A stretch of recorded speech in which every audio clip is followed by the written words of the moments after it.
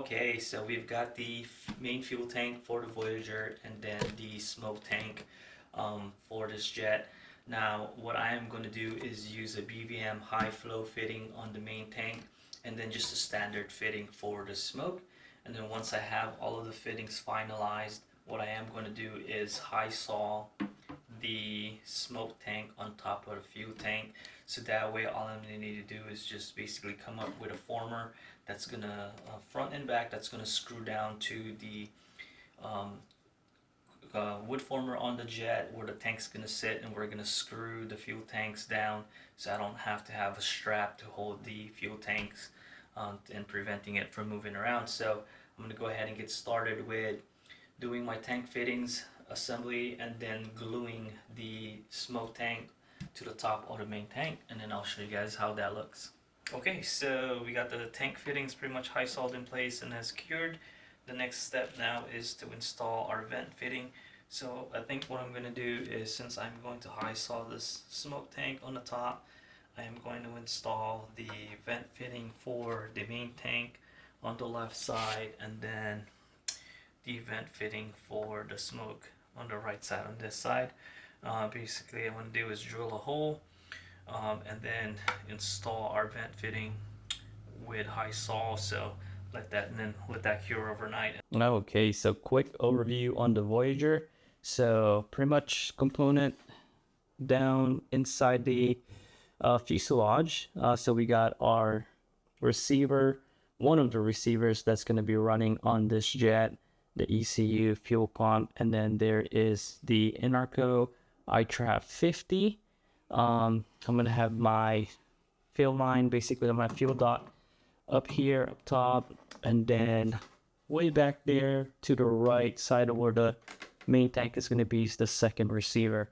So the next thing I'm going to do now is basically set up the fuel tank. So right here we got the smoke tank, which I've already pressure tested and there's no leaks, and then here is the main tank.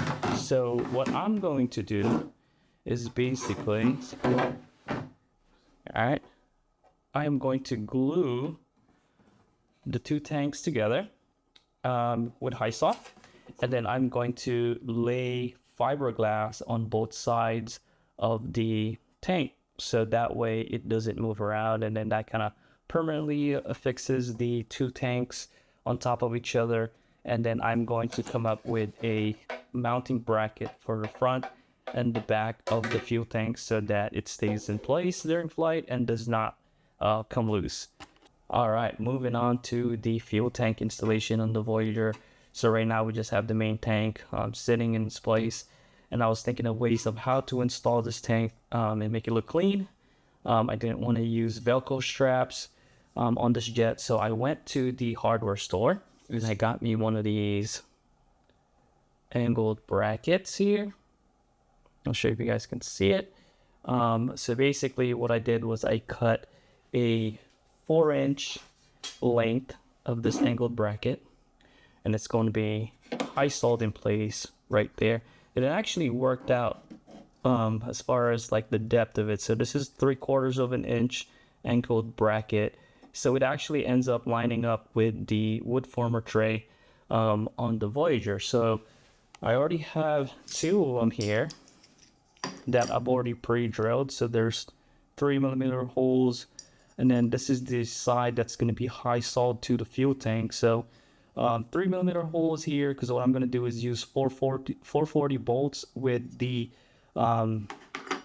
blind nuts underneath to secure the fuel tank in place. So I'm going to have one right here on the front, and it pretty much lines up. It's a little crooked right now, but it pretty much lines up right here.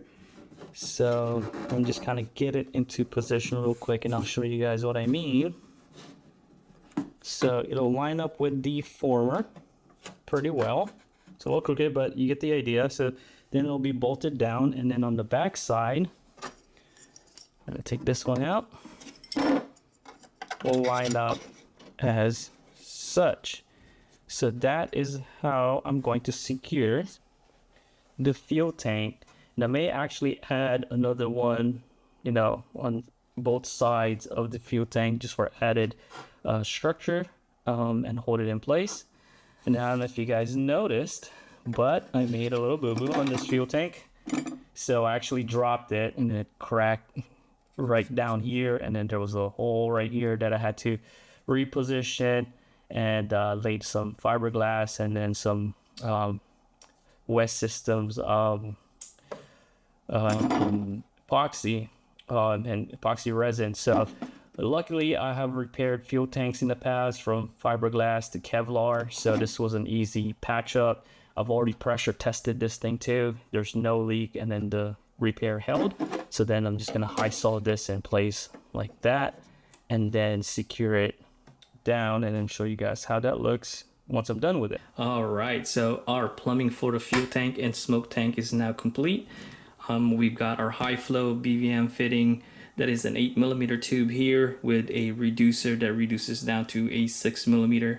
And then for the vent is a 6mm tube that's going to vent, basically went all the way around the back of the tank and then going straight down to the front. That's going to be connecting to the vent fitting out of the fuselage. And then for the smoke tank is 6mm tubing that's going to vent out on the opposite side of the tank. So we'll have the vent line for the fuel tank and then the vent line for the smoke. So I'm going to go ahead and install this back into the Voyager now.